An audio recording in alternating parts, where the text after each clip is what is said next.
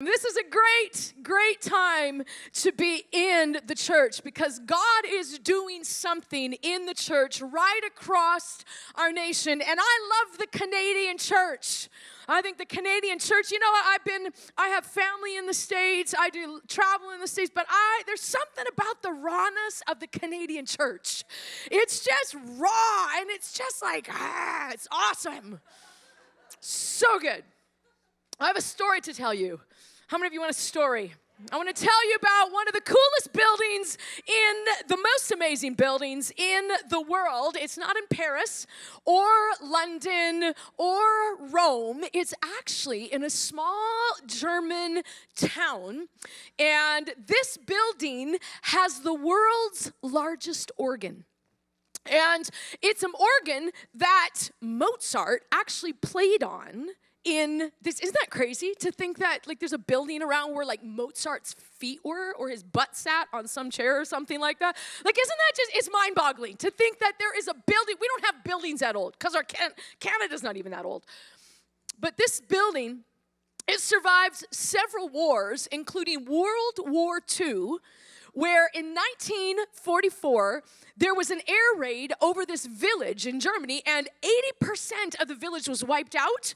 But this building stayed standing, and the building is called Münster. And I can't say that right, and if you're German, please forgive me for butchering that name. I think we might have a picture of it. If you guys have it, look at this thing. Isn't that crazy? It is stunning. What is mind-boggling, the steeple alone, 530 feet, weighs 51,000 tons. This is the world's tallest church. Isn't that crazy? This is crazy. It took over 500 years to build.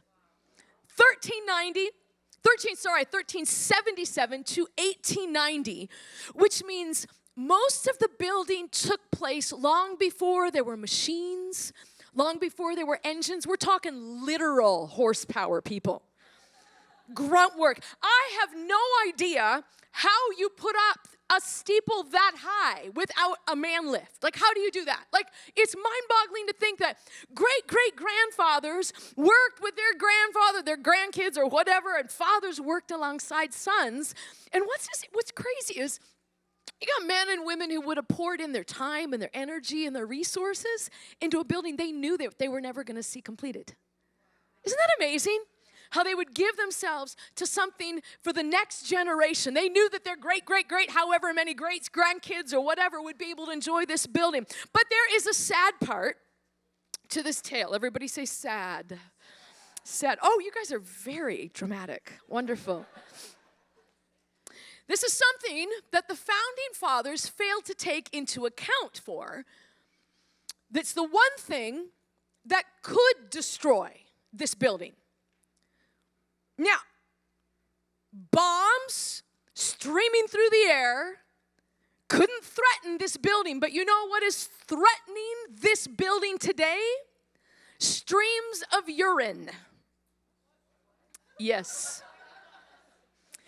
The building is located in an area that has turned into a huge cultural core. They have a lot of outdoor concerts and festivals during the year, which are overpacked and not enough facilities. And so men are peeing on the building, and the pee is eroding the foundation of the building to the point where they're worried about the structural integrity of the building. Isn't that crazy? 500 years that you saw that thing, it's so huge, and pee is threatening to erode the structural integrity of a building. Isn't that crazy? I think it's funny. So, what does this have to do with you and I? Well, here you go. If you want to stand strong, here's what you do. Don't fall apart when life pees on you. That is from our children's pastor. I'm like, JD, I need you to write something. I have it in mind, but you can do it so much better. So I have a few thoughts this morning. I really want to help you today so that whatever you're in, that's threatening to, that was mine. That was mine. I was so happy. My husband even liked that. He's king of weirdness. But I often thought, so whatever you're in that's threatening to take you down, you keep standing. And sometimes there are seasons in life that get really intense. Are you in an intense season? Maybe it's a season of growth or a season of change. Starting another location. Man, that can be intense. It's exciting, but there's an intensity to it. Growth, anytime there's growth or change, there's an intensity that goes with it. But the key is it's a season. Everyone say season. It's a season, and maybe the season you're in is a little bit more along the lines of tough, like it's really tough. Maybe it's been a long, extended season. We had an extended season with one of our offspring for many, many years that finally culminated in him getting baptized last week, and I was so excited about that. We had no idea. He totally surprised us, but many years of, oh dear God, like tough seasons. There's seasons where it just seems like, is this ever going to end?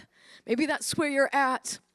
And, but whether you're facing circumstances or experiences, or maybe it's just like an internal angst. It's just like, maybe there's some things personally in your soul, in your person that you've just been struggling against. Maybe it's an addiction. Maybe it's having something to do with just stuff that you just want to get free of. It's just like you're done with it, but it just seems to keep lingering. We all have intense seasons, and maybe you're not in an intense season now. Don't tune out, because sometime you will be. And some of this might you're going to remember, it's like, oh yeah, there was a building that got peed on. What did she say again? So I've got it super easy. Whenever is trying to or threatening to erode your strength, when you feel like life is peeing on you, I've got two things. Everyone say two. Say, I can do two.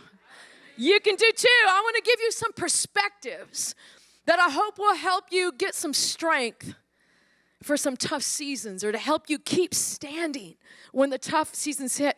First of all, number one, whatever the size of your hardship, your challenge, whatever the size of the problem or the circumstance you're facing, God is bigger. Everyone say, God is bigger. God is bigger. 1 John 4:4, he says, you are from God, little children. Man, what I love about this verse is this was John the beloved, he's called in Scripture. And he's recognized, as some say, he was Jesus' closest friend here on earth. He had a weird way of talking about himself. He called him, in the book of John, the disciple Jesus loved. It's kind of weird. But John, he said, you are from God, little children, and you have conquered them. Everyone say, have conquered them. You've conquered them because the one who is in you is greater than the one who is in the world. What a great verse. Man, the one who is in you is greater than the one who is in the world. The one who is in you is greater than the one who is in the world. And I love how it says you have conquered them. That's past tense. Not you will conquer them. John's not saying, oh, you know what? Hang in there, guys. It's going to get better. You're going to do it. You can do it. Come on, just keep praying. You got to pray more. You got to believe more. You got to have more faith. No, he's saying you have conquered them. What was he talking about? God in you is bigger and greater and stronger and more powerful than any circumstance you're facing. Whatever you're currently facing, God is bigger. But you might be saying, you know what? I don't feel like I have conquered anything. I am in the middle of being conquered by this. I feel like this thing is threatening to take me out. I feel like I don't have any more strength to keep fighting. I feel like I don't have any more, another one in the fire. Where is he? God is faithful? I don't know. Maybe that's where you're at. It's all right to be honest with God. Man, he's the best one. He can take all your belly aching. He can take all the, God, what is going on? Here's the key. Which one are you making greater? The capital O-N-E? Or the little O-N-E? The one, Jesus, Capital O-N-E, the one who Colossians 2 says, he's disarmed those who once ruled over us, those who had overpowered us. Like captives of war, he put them on display to the world to show his victory over them by means of the cross. Man, I love all of the past tense in that verse right there.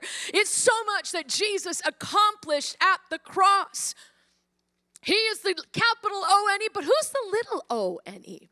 Well, if you jump up a couple verses before this one, you discover a word that John uses, and it's the word Antichrist. Now, if you're not familiar with that word, count yourself blessed, because it is a word that the church world has done weirdness with.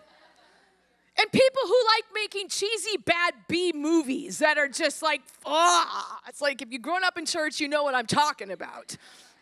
A certain Blank Behind series was all about some things. But what you need to understand, what I'm asking you to do is whatever your idea or whatever you've been told or whatever you've been brought up to believe about the Antichrist, I just want you to just put those thoughts on, like, in the garbage maybe. Just think about it. Just think about getting rid of it. Whatever you've been told, that word Antichrist simply means against Christ. Against the anointed one, which is what Christ means when they talked about Christ, it means against the anointed one. So who was the anointed one?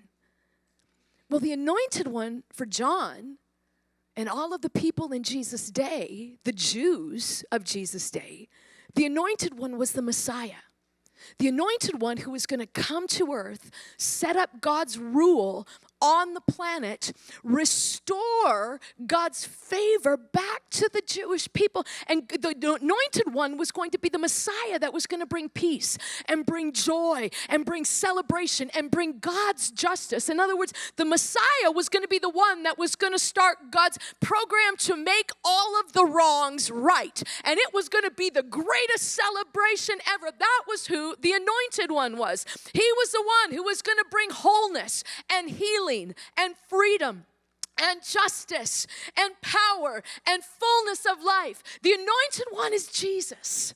So, to use the term Antichrist or against the anointed one simply means anything against what Jesus brought.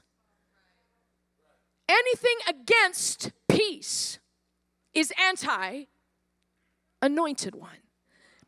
Anything that is anti-joy is against Jesus. Anything that is anti-hope, anti-health, anti-freedom, anti-healing, just all of those things, those are all the antis that the capital O-N-E is referring to. Anyone feel like you're facing off against any anti-peace things, anti-hope? Any things that are threatening your joy, threatening your health? Maybe you got a diagnosis that hasn't been great. That is an anti-health, because what Jesus did on the cross was make it possible for us to be healed and made whole. See, the one who is greater in you is greater than the one, small O-N-E, who is in the world. The capital O-N-E in you is greater than anything that is anti-peace, anti-hope, anti-strength, anti-freedom, anti-health, anti-wholeness, anti-goodness, anti-strength, anti-power, whatever it is. The capital O-N-E is greater than the little O-N-E. God is greater. Man, so number one, whatever overwhelming thing you're facing, God is greater. God is so much bigger. Capital O-1 overpowers little O-1 every day. Number two, everyone say number two. See, we're going to be done. You're going to go to the lake or the beach or the park. You're going to go eat donuts out in the parking lot. Here we go. Number two. If you're going to stand strong when life is peeing on you or somebody is trying to take out your strength, you got to choose the right story. We're going to look at an example from Jesus' own life how he faced down an anti-voice that threatened to take down his own strength. If you want to look, you can turn to Matthew 16. If you're reading a new version, you can flip over to Matthew 16:13. Matthew 16:13 to 24. If you want to read along, you can. I'm not going to read it. I'm going to tell you the story. Jesus is on a road trip with his buddies, and they're walking along because that's what they do. You walk everywhere where Jesus was, and he's walking along, and out of the blue, Jesus asks the guys, hey, who does everybody say that I am? It's kind of a weird question. Who do people say that I am? Have you ever asked your friends that? It's kind of weird. But Peter pipes up, and he says, you're the Christ. You're the anointed one. And Jesus is like, Peter, you're right. You surprised me, buddy. Like, I think Jesus is probably like, really? You got it. Because Peter, you never quite know what you're going to get with Peter. Some days he's on, some days he's off. He's like, ah. But then what Jesus starts to do is he starts to tell his friends what he's about to face. He starts to tell them about the hardship, the pain, the greatest challenge of his life that he was going to face shortly after this conversation, and it was the cross. And he's unloading his heart. He's expressing all of the, I imagine he knew exactly what was going to come. And I can imagine all of the pain and the anxiety. If you know you're going into a bad place and you're just like, you're feeling all the emotion. And guess what happens? Right after the Jesus, you're the Christ, you're the anointed one, Peter pipes up again just a few minutes later and says, no, that's not going to happen, Jesus. You can't do that. This anti-voice against Jesus, maybe even threatening his resolve. And Jesus responds in a way, I don't suggest you respond to friends who are threatening your strength. Jesus' response to Peter's no way, how Jesus responded to the little O was this: get away from me, Satan. Don't do that to your friends, please. Especially if the problem is your boss. Don't do that. But here is the next statement, which it's key. Matthew 16:23, and I'm reading out of the Voice translation, and I love how this describes it. Jesus said, Peter, you're not thinking about God's story. You're thinking about some distorted story of fallen, broken people. Isn't that amazing? You're not thinking about God's story. You're thinking about some distorted story of fallen, broken people. See, when you're facing off against tough stuff, when you're facing off against challenges, when you're facing off against those things that are threatening your strength, there are two stories you can choose, not just to believe, but there are two stories that you can actually choose to live from. Choose to think about the right story. Number one, God's story is this: God is the rightful king who came into the earth. He came to the planet as Jesus, the Son of God, and he came to take back all power, all authority on earth. That's what God has done. God's story is that there was an epic victory at the cross through what Jesus Christ did. And at that cross, it wasn't just Jesus, a single man dying on that cross. He was absorbing all of the sin, all of the brokenness, all of the powers that kept humanity in our pain, in our struggles, in our weakness, in our limitations. He took all of that into himself. He absorbed it all on the cross. And when he died, he went into the grave, and all of that stayed there. And he rose again, and he had all power, all authority here on earth. And God has rescued humanity to actually now, through the power and work of Jesus Christ, we can actually live as the true human beings he created us to be. That's what Jesus has done. We are no longer captives. God's story says this: you are free. You are no longer a captive to hopelessness, to despair, to fear, to insecurity, to addictions, to anxiety and worry. Man, there is so much anxiety and depression on the rise. We've got to get mad at that. It's like, that is not roomy. Don't you dare say my anxiety or my depression. Ugh. Don't own that thing. Don't say my addiction. You don't want that baby, do you? No. I struggle with that thing, but ain't mine. There's two different stories you can live from. God's story.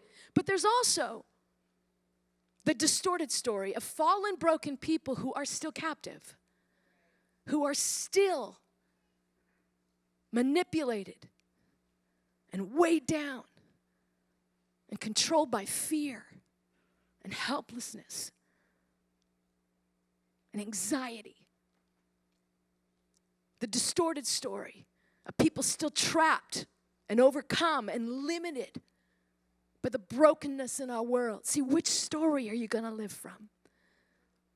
Which story are you going to live it? There are two ways that you can face off against tough stuff. And see, how you come through the tough stuff in life is determined by which story you choose to live from.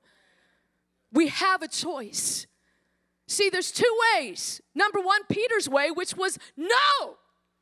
Jesus, this isn't the way life is supposed to be. This isn't the way things are supposed to go down, Jesus. The Messiah isn't supposed to face trouble. The Messiah isn't supposed to face hardship. The Messiah isn't supposed to face difficulties. He's not supposed to face problems. The Messiah is supposed to create problems for the bad guys who've been ruling over us. That is what the Messiah is supposed to do. The Messiah is supposed to be the punisher, punishing the bad guys and giving us our territory and our power back. That's what the Messiah is supposed to do. The Messiah is supposed to get rid of our problems. Kind of sounds like some of us today, doesn't it? Jesus, why aren't you getting rid of my problem? Jesus' response, you're thinking about the wrong story, Peter. Actually, you're so far off, I'm going to call you Satan. Problems, hardship, trouble-free. You think that's the way life is supposed to be? I've got news for you, Peter. God's story is so much greater than a problem-free, trouble-free life. God's story is so much greater because his story involves a cross. And it's a cross that I gladly bear for you and for all humanity, Peter, because what's going to go down to the cross is something so much greater than me just fixing your problems. Because on that cross, I'm going to absorb all of the brokenness. I'm going to absorb all of the sin. I'm going to absorb all of those things that would threaten your strength, and I'm going to take it with me, and it's going to stay in the grave, Peter. And when I rise up again, I'm going to rise up as an example. I'm going to rise up as a true human being, the brand new way to be human. And guess what? You're going to be able to live that same way, because I'm not just going to fix your problems. I'm going to live in you. I'm going to give you my spirit. I'm going to give you my life, and you're going to be this indestructible human being, Peter, through the life of the greater O-N-E, me living in you. That is God's story. And see, that is your story. Everyone say my story. Jesus was like, Peter, I don't just want to fix your problems. I want to harden you. I want to make you bigger. God living in you is so much greater than just having everything go smoothly. And I think sometimes as Christians, we're praying the wrong prayers. We're praying, we're wondering why our prayers aren't getting answered, and maybe we're asking for the wrong things. We're asking for the problems to go away. And I think Jesus said to Peter, which would you rather have? Do you want me to get rid of your rulers, Peter, or do you want me to make you into a ruler? Do you want me to get rid of all your hardships, Peter, or do you want me to harden you to the hardships by giving you some great big spiritual muscles? See, Peter was focused on the now, fix my now problems, my now trouble, my now hardship. But Jesus was focused on something so much greater. He was doing something for all of eternity. He was getting ready to turn Peter into a completely different type of human being, an indestructible human being. And it was this way. He goes on to say, there's only one way to develop this kind of strength, Peter. There's only one way you're going to be able to standing in this kind of circumstance.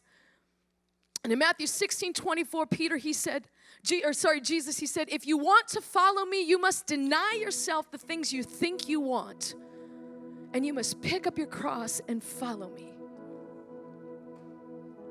See, we know on this side of the cross what the cross represents. But what did it mean for Peter? What did it mean for all of the disciples? See, it meant something totally different. See, the cross for the hearers, as Jesus was saying this, what the cross meant for them, the cross was Rome. And what Rome represented what ruled over you. The thing you had no control over. The thing that beat you down. It was the reminder. Rome was a present reminder of your defeat. That's what the cross represented to these guys. It represented everything that they had no control over, everything that made them angry and felt powerless. What was Jesus calling them to when he said, take up your cross and follow me? What Jesus was saying is he was saying, take those things that rule over you in life. Those things that you look at as problems, those things that you look at in despair, those things that are threatening to erode your strength. Take those things that rule over you, those things that hold you captive, those things that keep you feeling helpless and feeling defeated, and you bring those things to me. Don't try to run from your problems. You bring them to me, and you follow me in those things, and you trust me, and you watch what I'm going to do. See, what was Jesus calling not only the disciples, but every single one of us with the stuff that we face that seems so big? He was saying, he was calling them and us to absolute and complete trust. And you know what? We've got a word for this. It's called worship. And see, worship is the way that we magnify the capital O-N-E over and greater than our circumstances. I want to invite you to stand because we're just going to take a minute here and we're going to worship one of the songs that we sang early. And by the way, singing isn't worship. Worship is a focus of what we determine is going to be the biggest in our life, what's going to be the most important. And I want to encourage you, I want to invite you, how many of you are facing, it's been a tough season or intense season or just you feel stretched or you're facing something big? I want to invite you to put up your hand and I want to pray for you before we go into this song and before we take some time to worship. And I just want to pray, Father, in the name of Jesus, Lord, every hand, every circumstance representing something so big, so overwhelming, God, I speak your grace to every single one.